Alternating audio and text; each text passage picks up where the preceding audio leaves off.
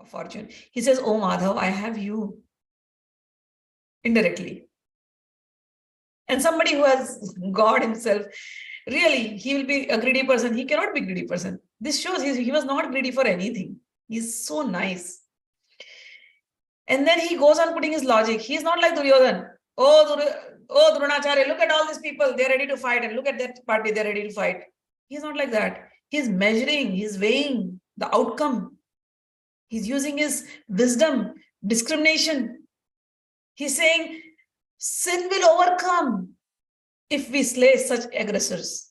What kind of sin? He says, it is not proper to kill. Oh Krishna, I feel that, oh Madhav, I feel that it is not proper to kill these people, the sons of Dhritarashtra and our friends. What will we gain? Oh Krishna, husband of the goddess of fortune, how could we be happy by killing our own kinsmen? But now I'm going to read the purport. According to Vedic injunctions, there are 6 kinds of aggressors. Number 1, poison giver. If anybody gives your family member a poison, are you going to forgive them? You have to take a proper action. And they gave poison when Bhim was a baby, when Bhim was a kid. They gave him poison. Poisoning a kid. And they threw him inside the Ganges.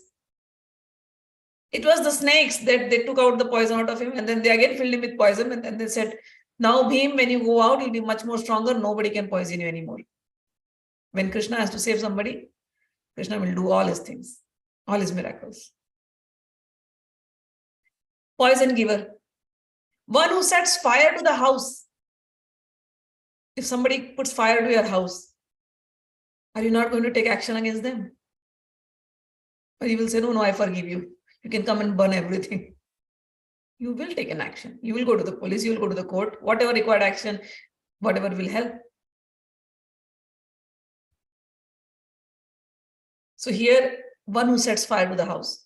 All these 5 people, they made a palace out of lac, and lac is a material by which everything will just get burnt easily. So they put this 5 people and Mother Kunti in that lac palace, and they had plans to burn that palace. Krishna knew. Krishna is God. Krishna protected them. That night he fled them away, and then at that night there was another 5 people with the maidservant who was there. She burned. Vidur went.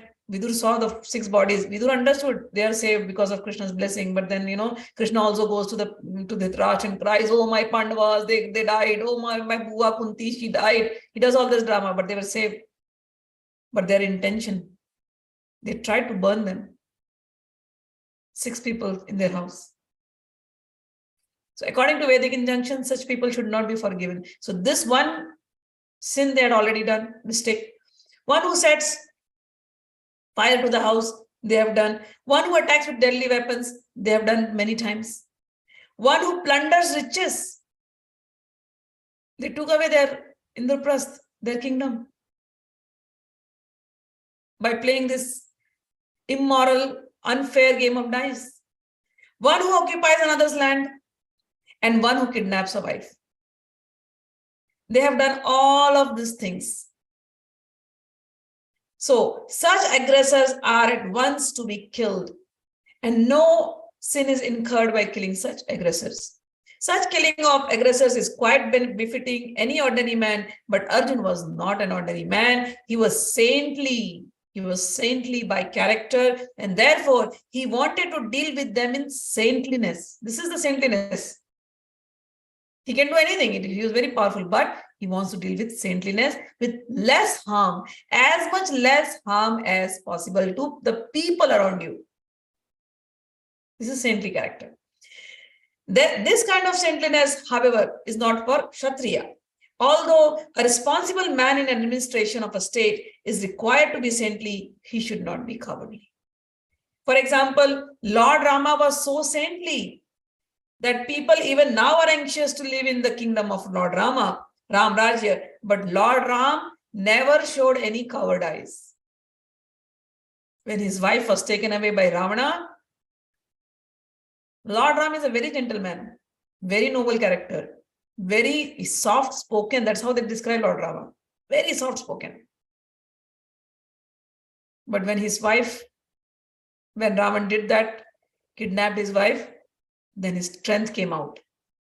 And what was his army? Army of monkeys. With that little army, he crossed the ocean and went and then killed Ravana and came out. So, my father used to say, a bhakta is very saintly. I mean, he's very nice. Bhakta is bhola. Bhola means very innocent. Very nice person. But bhakta is not a coward and bhakta is not a fool. So you can be very innocent, you can be very nice to people. But if somebody is trying to be very aggressive with you, then you should know where to draw the line. You should not, at that time, you should not be coward. You have to show your strength and keep them at bay or keep them at a hand's distance. Okay. So whenever required, you have to display both the qualities. Never allow the aggressors to come closer to you. But do not harbor any enmity for anyone. But Ram gave him Lord Rama never showed any cowardice. Ravan was an aggressor against Rama because Ravana kidnapped Rama's wife Sita. But Lord Rama gave him sufficient lessons, unparalleled in the history of the world. In Arjuna's case, however, one should consider the special type of aggressors, namely his own grandfather, own teacher, friends, sons, grandsons, etc. Because of them, Arjuna thought he should not take the severe steps necessary against ordinary aggressors. Besides that, saintly persons are advised to forgive. Such injunctions for saintly persons are more important than any political emergency. Arjuna considered that rather than kill his own kinsmen for political reasons, it would be better to forgive them on grounds of religion and saintly behavior. This was his logic. He did not, therefore, consider such killing profitable, simply for the matter of temporary bodily happiness. After all, kingdoms and the pleasures derived therefrom are not permanent. So why should he risk his life and eternal salvation by killing his own kinsmen? Arjuna addresses Krishna as Madhava, or the husband of goddess of fortune. That this also is very significant in this connection. He wanted to point out that Krishna, that as the husband of goddess of fortune, he should not induce Arjuna to take up a matter which would ultimately bring about misfortune. Krishna, however, never brings misfortune to anyone, to say nothing of his devotees.